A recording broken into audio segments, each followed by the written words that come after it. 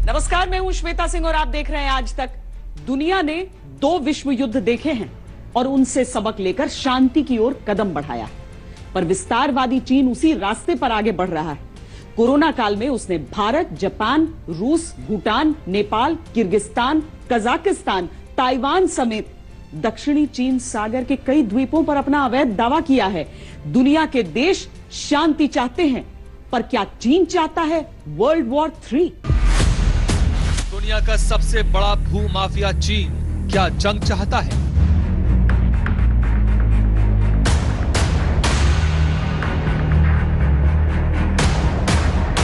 But there and then we got hit by the virus that came from China. China's secrecy, deceptions and cover-up allowed it to spread all over the world.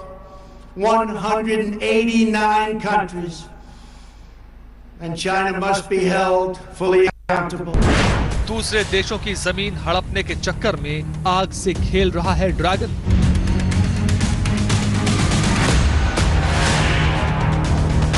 विस्तारवाद का युग समाप्त हो चुका है। ये युग विकासवाद का है।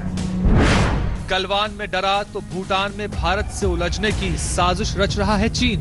एक प्रकार की जान सोची समझी साजिश है ये भूटान के ऊपर प्रेशर डालना, ये भारत के ऊपर इनडायरेक्टली प्रेशर डालना है। व्लादिवोस्तोक शहर को लेकर छिड़ सकता है रूस और चीन में युद्ध। सेनकाकू द्वीप पर आमने सामने आई चीन और जापान की नौसेना।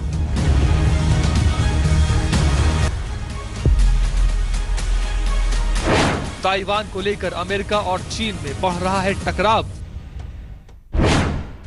अमेरिका चीन के खिलाफ बड़ी चालें चल रहा है। इससे आने वाले दिनों में नफरत बढ़ सकती है और युद्ध का खतरा पैदा हो सकता है। कई देशों को काफी नुकसान होगा। पड़ोसी देशों की जमीन हड़प कर चीन ने जिस पीपल्स रिपब्लिक ऑफ चाइना का अवैध साम्राज्य खड़ा किया है, अब उसके दिन लदने वाले हैं। कोरोना महामारी फैलाकर चीन जिस तरह से दूसरे देशों की जमीन पर डाका डालना चाहता है, उसके खिलाफ दुनिया के तमाम मुल्क एक हो रहे हैं। ऐसे में एक छोटी सी चिंगारी कहीं वर्ल्ड वॉर 3 का शंखनाद न कर दे।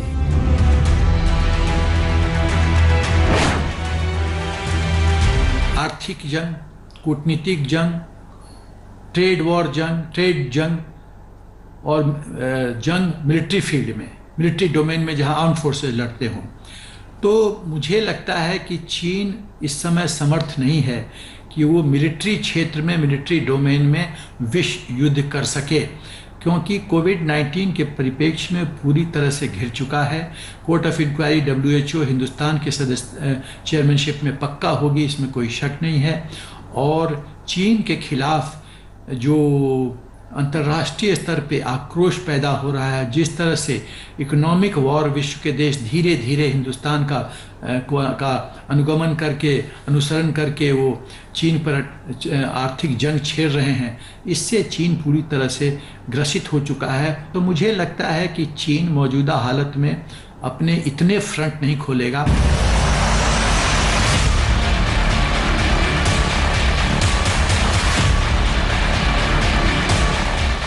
सवाल उठना लाजमी है कि कोरोना काल में जब पूरी दुनिया में जिंदगी बचाने की जंग चल रही है, तब चीन जमीन के लिए क्यों बना रहा है तीसरे विश्व युद्ध का माहौल?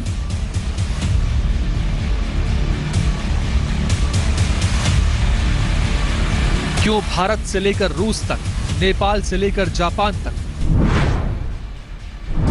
भूटान से लेकर ताइवान तक,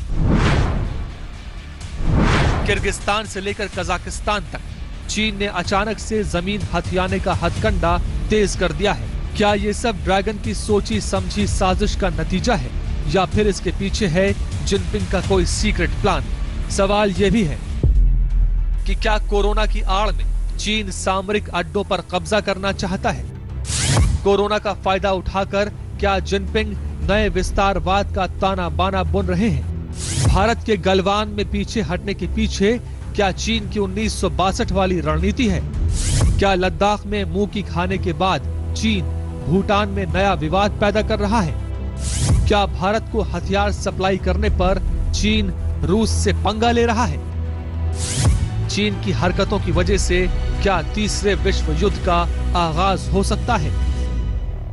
जिनपिंग के पहले के चीनी शासक ताकत का प्रदर्शन नहीं करने की रणनीति अपनाते रहे, लेकिन जिनपिंग ने इस नीति को बदला। इसीलिए पिछले कुछ सालों में चीन के सभी पड़ोसी देशों के साथ संबंध खराब हुए हैं। कोरोना के बाद तो हालात यह है कि दशकों बाद भारत चीन बॉर्डर पर खून बहा। ऐसे में लाइन ऑफ एक्चुअल कंट्रोल से चीनी सैनिक पीछे जरूर हट रहे हैं, लेकिन भारत इसे अविश्वास के साथ देख रहा है। सुपर पावर बनने के चक्कर में क्या चीन वर्ल्ड वॉर करवाएगा?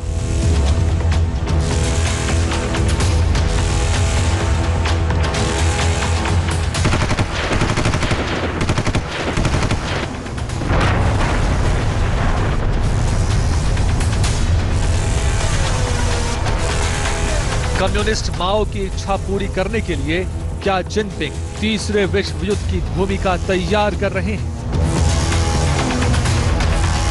कोरोना के बहाने ड्रैगन क्या दुनिया पर कब्जे की रणनीति पर काम कर रहा है? सालों पहले चीनी शासक माओ ने विस्तारवाद का चीनी रोड मैप तैयार किया था। इसमें तिब्बत को हथेली, लद्दाख, नेपाल, सिक्किम, भूटान और अरुणाचल को उसकी 5 उंगलियां बताया गया था।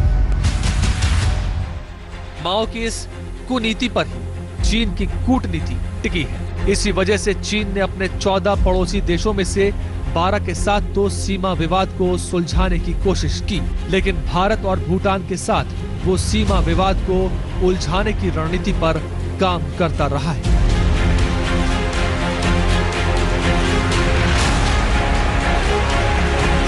चीन के चीन के 14 देशों के साथ लैंड बॉर्डर्स हैं, बाकियों के साथ उसने रिजॉल्व कर लिए हैं।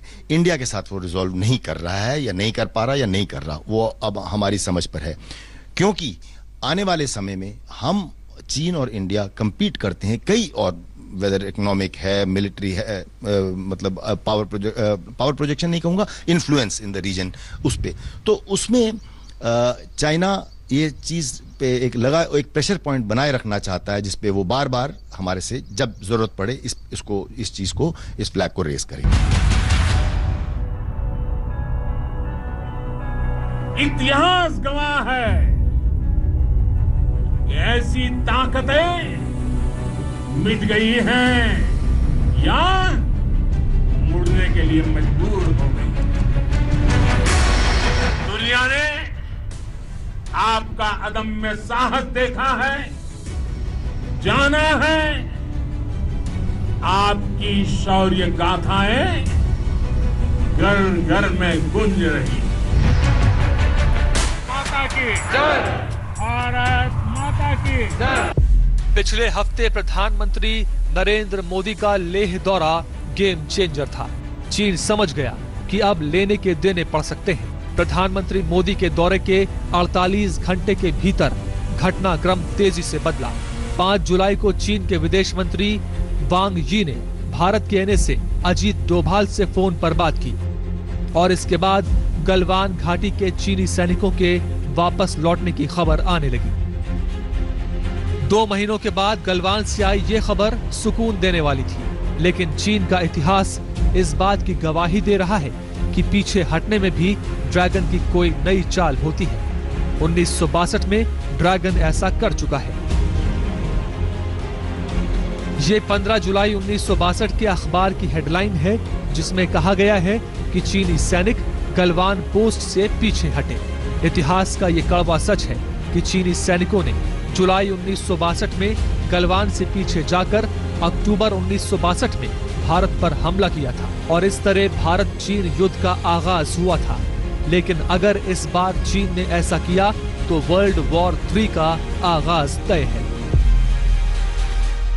ये जो विश्वास टूटा है श्वेता जी, ये इसको जुड़ने के लिए 100 साल लगेंगे या 200 साल लगेंगे, मेरे को मालूम नहीं है, लेकिन चाइना ने ट्रस्ट के मामले में बहुत बड़ा विश्वासघात किया। चीन के पीछे हटने के बावजूद भारतीय एयरफोर्स की टीम मुस्तैद है, क्योंकि चीन की बात में ना तो वजन है और न ही वादों में विश्वास। इसी अविश्वास की वजह से पूरी दुनिया में चीन के खिलाफ युद्ध का माहौल बनता जा रहा है। अगर ये युद्ध छिड़ा तो तीसरे विश्व युद्ध का केंद्र इस बार पश्चिम नहीं बल्कि पूरब होगा।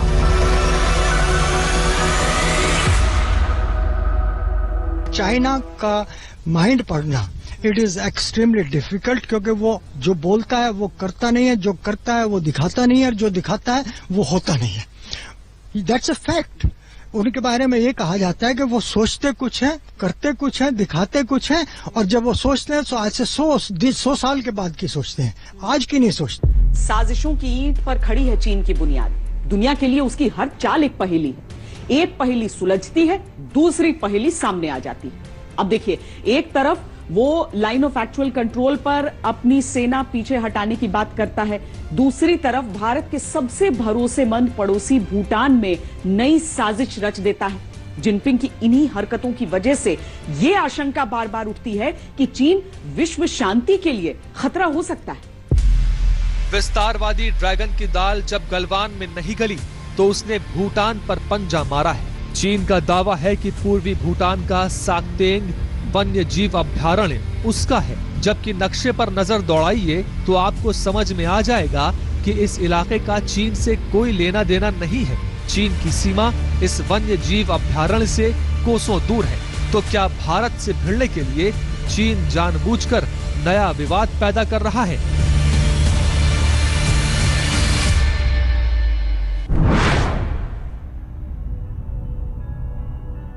चीन का नया विवाद इशारों ही इशारों में भूटान को धमकी है।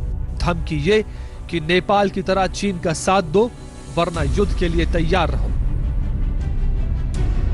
चीन की ये धमकी सीधे तौर पर भारत को चुनौती है, क्योंकि भारत और भूटान के बीच 1949 में एक संधि हुई थी। संधि के अनुसार भूटान अपने विदेश से जुड़े मामलों में भारत को शामिल करेगा। भूटान और चीन के बीच औपचारिक कूटनीतिक संबंध नहीं है, इसीलिए चीन और भूटान के बीच विवाद बढ़ता है तो भारत को दखल देना पड़ेगा ही। ठीक वैसे ही जैसे डोकलाम में भारत भूटान के साथ चट्टान की तरह खड़ा था। बहाना भूटान का है, लेकिन भूटान में जो है क्या चीन वहां रहने के बाद में उनको क्या मिलेगा? वहां खनिज पदार्थ तो है नहीं है, कोई बड़ी बड़ी संख्या भी नहीं है, क्षेत्र भी गड़बड़ है, तो उनका असली निशाना जो है वो है भारत। माने भूटान के मार्ग से भारत में आना उनका असली निशाना होगा बोमडिला नाम की जो जगह है तवांग के पास में, जहां तक चीनी सैनिक जो हैं 1962 में बोमडिला नाम की जगह तक आए थे। बोमडिला से वर्तमान चीनी जो सीमा है जहां भारतीय सैनिक बैठे हुए हैं वो तकरीबन 125 किलोमीटर आगे है।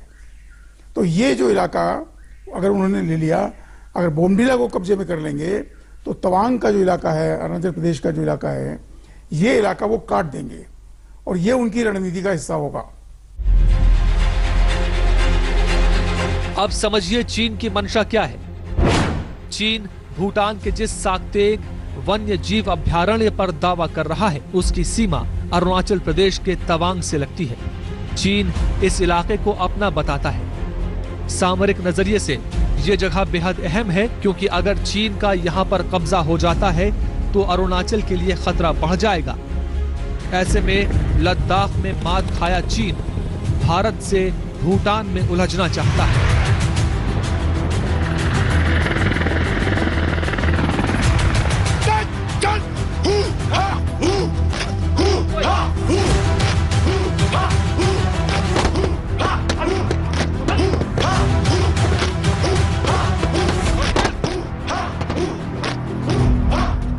जो अरुणाचल प्रदेश में थागला नाम की जगह है और सुंदरांचू नाम की जगह जो है जहां चीन ने 1962 में आक्रमण किया था, आज भी वो जगह उनके कब्जे में है।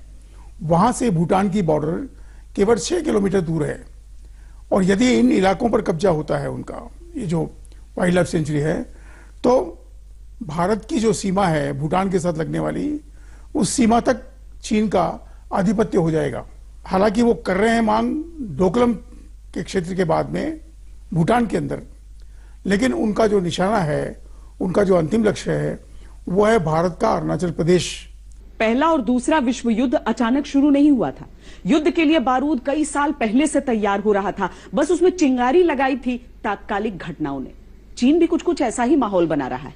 चीन ने पिछले 6 महीने में एक के बाद एक गलतियां की, सही मायने में कहें तो जानबूझकर गलतियां की, ये जानते हुए कि इसका अंजाम क्या हो सकता है। लेकिन वो ये भूल गया कि दुनिया से दुश्मनी लेकर वो आग से खेल रहा है, अमेरिका जुटा रहा है। ग्लोबल टाइम्स ने दावा किया है कि अमेरिका का EP-3E और RC-135 विमान इलेक्ट्रोमैग्नेटिक सिग्नल और संचार सिग्नल को पकड़ता है। अमेरिका उसका विश्लेषण करके चीन के हथियारों और साजो सामान के बारे में महत्वपूर्ण जानकारी जमा कर रहा है। अभी जो है अमेरिका एक बहुत बड़ी नेवल एक्सरसाइज कर रहा है साउथ चाइना सी में, और उसने अपने 2 सबसे बड़े एयरक्राफ्ट कैरियर हैं उनको वहाँ पर लगाया है और उससे एक एक्सरसाइज कर रहा है। और कहीं ना कहीं ये इनडायरेक्ट प्रेशर डाला जा रहा है चीन के ऊपर, क्योंकि चीन भी वहाँ पर अपनी नेवल एक्सरसाइज कर रहा है। मगर जिस तरीके से जमावड़ा जमा लिया है, यूएस ने 2 एयरक्राफ्ट कैरियर लाया है, तो एक ने इसमें कोई शक नहीं कि इनडायरेक्टली चीन के ऊपर एक प्रेशर डाला जा रहा है। जिस प्रकार से आज साउथ चाइना सी के अंदर चीन अपनी मनमानी कर रहा है और विस्तारवादी वाली जो नीति को अपना रहा है। अमेरिका ने साउथ चाइना सी में जो वॉरशिप भेजा है, तो प्रश्न उठता है कि क्या इससे साउथ चाइना सी में टेंशन बढ़ेगा? एकदम बढ़ेगा, स्वाभाविक है बढ़ेगा। उसका कारण ये है कि दोनों का, चाइना का और बाकी देशों का जो इंटरेस्ट है वो क्लैश कर रहा है।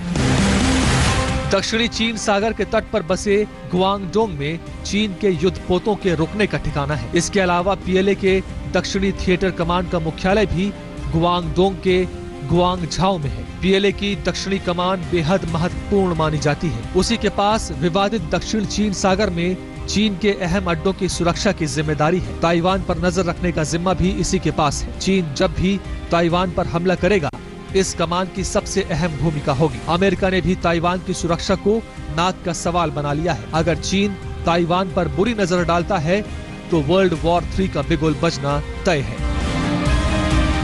वक्त एक छोटे से ब्रेक का है। ब्रेक के बाद आपको दिखाएंगे वो संकेत जो कह रहे हैं कि वर्ल्ड वॉर 3 के लिए चीन सजा रहा है मंच। इस ब्रेक के बाद एक तरफ पूरी दुनिया चीनी वायरस कोरोना से लड़ रही है, दूसरी तरफ अमेरिका और चीन दोनों में ठन चुकी है। जिनपिंग की उकसावे की कार्रवाई की वजह से दुनिया 2 धड़ों में बंट चुकी है। गोलबंदी और घेराबंदी दोनों तरफ से तेज हो रही है। चीन के खिलाफ मित्र राष्ट्रों की मदद के लिए अमेरिका ने यूरोप से अपने जंगी बेड़े को एशिया में तैनात कर दिया है। चीन बौखला गया और दुनिया को अंजाम भुगतने की धमकी तक दे दी है। ऐसे में रूस के साथ नया विवाद छेड़कर चीन ने उसे भी युद्ध के लिए उकसा दिया। बना रहे हैं। पहले विश्व युद्ध की शुरुआत तब हुई जब ऑस्ट्रिया के राजकुमार आर्कड्यूक फ्रांसिस फर्डिनेंड की हत्या कर दी गई। पोलैंड पर जर्मनी के हमले के साथ दूसरे विश्व युद्ध का आगाज हुआ था। तो क्या कोरोना काल में जिनपिंग की उकसावे भरी कार्रवाई से वर्ल्ड वॉर 3 की आशंका है? वो युद्ध या उस प्रकार का युद्ध जो है आज 21वीं सदी में यदि ना हो तभी ठीक होगा, अन्यथा पूरा विश्व जो है ये तबाह हो गएगा। लेकिन तीसरे महायुद्ध के लिए वातावरण जो बन रहा है, ठीक उसी प्रकार से स्थिति बन रही है जो द्वितीय महायुद्ध में भी थी।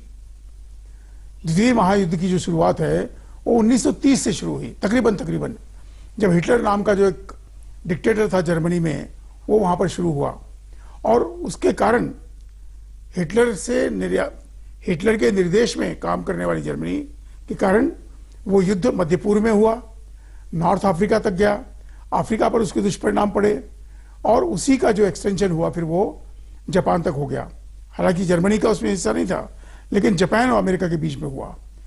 ये उस समय की स्थिति थी। आज भी जैसा मैंने आपको बताया कि 58 देश ऐसे हैं, 58 देश दुनिया में जहां पर युद्धात्मक स्थिति बन रही है, ऑलरेडी बनी है, युद्ध चल रहे हैं, लोग मर रहे हैं, हवाई जहाज फायर कर रहे हैं। जिनपिंग की विस्तारवादी और तानाशाही नीतियों की वजह से पिछले कुछ सालों में चीन के खिलाफ पूरी दुनिया में गुस्से का माहौल है। ऊपर से कोरोना काल में चीन ने दुनिया के कई देशों की जमीन पर अवैध कब्जे के लिए षड्यंत्र रचना शुरू किया है।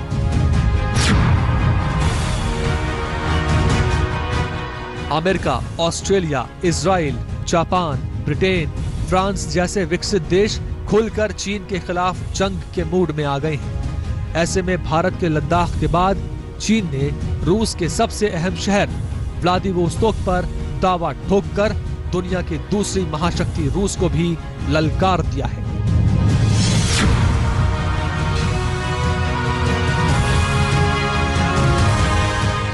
भारत की तरह रूस भी चीन का पड़ोसी है। जिस तरह लद्दाख को लेकर भारत और चीन के बीच जंग के हालात हैं, ठीक उसी तरह से रूस के व्लादिवोस्तोक शहर को लेकर भी चीन और रूस के बीच तलवारें खिंच गई हैं। चीन की सरकारी मीडिया का दावा है कि व्लादिवोस्तोक मंचूरिया साम्राज्य का हिस्सा था। उस समय इसका नाम हाइशेन वाई था, लेकिन 1860 में रूस ने इस पर आक्रमण करके कब्जा कर लिया।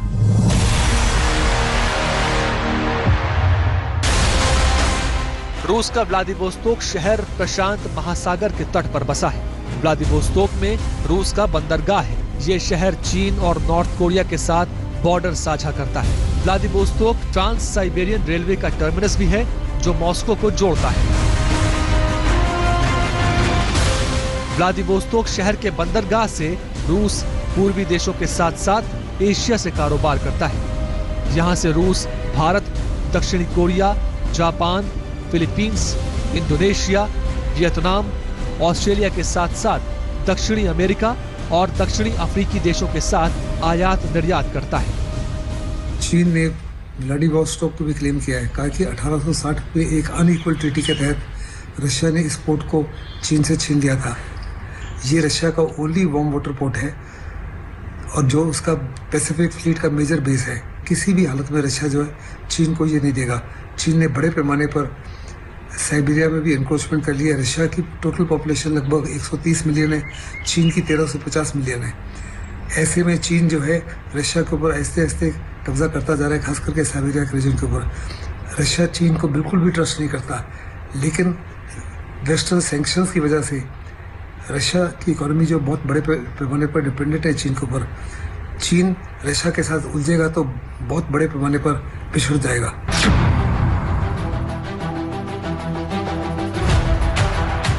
रूस और चीन के बीच $110 बिलियन का कारोबारी संबंध है।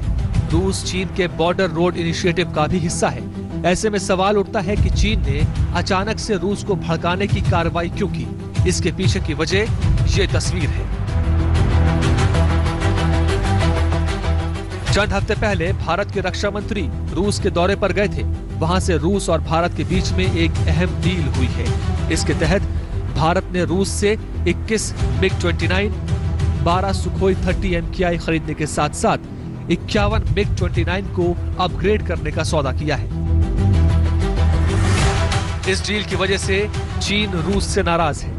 उसने बहुत कोशिश की कि ये डील ना हो, लेकिन रूस ने चीन को नजरअंदाज करके भारत के साथ ये डिफेंस डील की। भारत और रशिया का एक special and privileged strategic partnership वाला रिलेशनशिप है।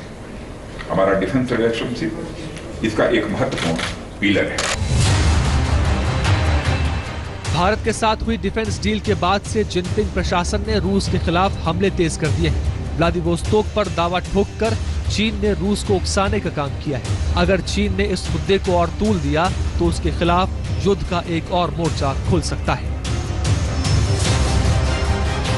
चीन एक एक करके दुश्मनों की लिस्ट बढ़ाता जा रहा है। जापान ने जब से भारत का खुलकर साथ दिया है, वो जिनपिंग की हिट लिस्ट में आ गया है। चीन जापान से इस कदर नाराज है कि बिना वजह वो एक द्वीप को लेकर जापान से भिड़ रहा है।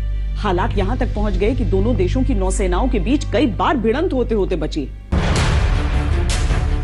चीन एक तरफ लद्दाख में भारत के साथ युद्ध का माहौल बना रहा है, तो वहीं दूसरी तरफ भारत के मित्र देश जापान से भी युद्ध की तैयारी कर रहा है। चीन ने जापान के सेनकाकू द्वीप पर अपना दावा ठोका है। वैसे तो ये द्वीप निर्जन है, लेकिन सामरिक नजरिए से बहुत महत्वपूर्ण है, क्योंकि इसकी लोकेशन ताइवान के पास है और चीन से युद्ध के हालात में ये द्वीप जापान के लिए गेम चेंजर साबित हो सकता है।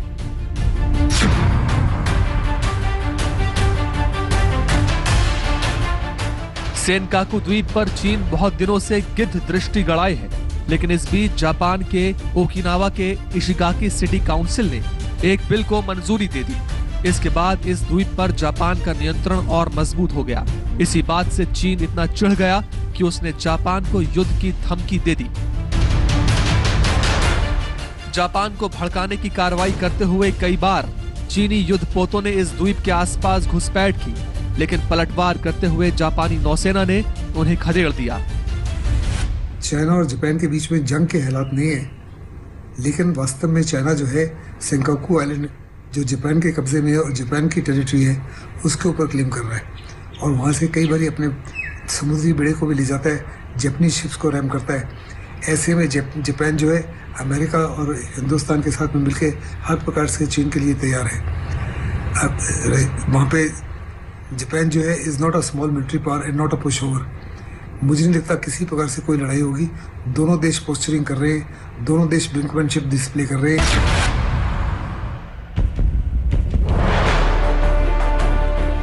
चीनी सेना की बढ़ती घुसपैठ से निपटने के लिए जापान राडार की पकड़ में नहीं आने वाली दुनिया की सबसे घातक फाइटर प्लेन F-35 की फौज बनाने जा रहा है। इसके लिए उसे अमेरिका से भी अनुमति मिल गई है। साथ ही पूर्वी चीन सागर में द्वीपों को लेकर बढ़ते विवादों के बीच Japan hypersonic anti ship missile को बनाने की तैयारी कर रहा है। ये मिसाइल समुद्र में चीन के किसी भी प्रकार की हिमाकत का मुंह तोड़ जवाब देने में सक्षम होगी। चीनी शिप में लगे राडार जब तक इस मिसाइल के बारे में पता लगाएंगे, तब तक ये प्रलय बनकर उनके युद्धपोतों को डुबो देगी।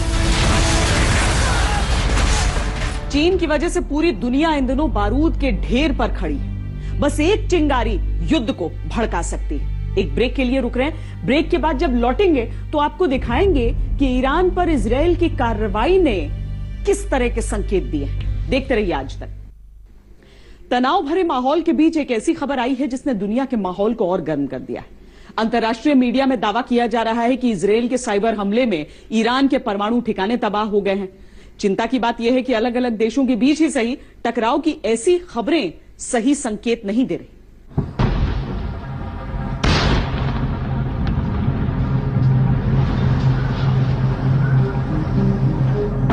पिछले 3 हफ्ते में ईरान में 3 बड़े विस्फोट हुए हैं। इन विस्फोटों के पीछे ईरान ने दबी जुबान से इजराइल को जिम्मेदार ठहराया है। शुक्रवार को तड़के हुए विस्फोट से ईरान की राजधानी तेहरान गूंज उठी। ईरान के जिस इलाके में ये विस्फोट हुए वहां पर ईरानी सेना के कई ठिकाने हैं। माना जा रहा है कि इस विस्फोट में किसी को निशाना बनाया गया है। इससे पहले हुए 2 विस्फोट ईरान के प्रमुख सैन्य और परमाणु ठिकाने खोजर में हुए थे। यहां देश का सबसे बड़ा मिसाइल उत्पादन केंद्र और नतांज परमाणु ठिकाना है।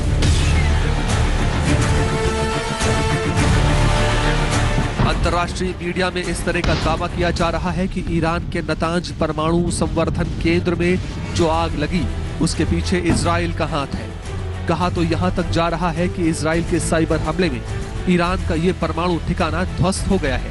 ईरान की आधिकारिक समाचार एजेंसी इरना ने इस दुर्घटना के पीछे इजराइल और अमेरिका पर शक जताया है। अखबार के अनुसार इजराइल के साइबर हमले से ईरान के नतांज परमाणु संवर्धन केंद्र में आग लग गई और जोरदार विस्फोट हुआ। ये पूरा केंद्र जमीन के अंदर बनाया गया था। ये सही है कि इजराइल ने ईरान के ऊपर साइबर अटैक किया है, उसके न्यूक्लियर इंस्टॉलेशन के ऊपर और मिसाइल बेस के ऊपर जहाँ पे वो मिसाइलें प्रोड्यूस करता था। इन दोनों को बड़ा नुकसान पहुंचा, तबाह किया गया।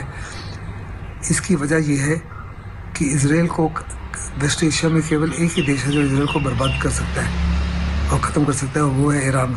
और ईरान इजराइल को रिकग्नाइज नहीं करता, उसको एनिमी नंबर 1 समझता है और बार बार कहता है कि वो इजराइल को हर प्रकार से ख़त्म कर देगा।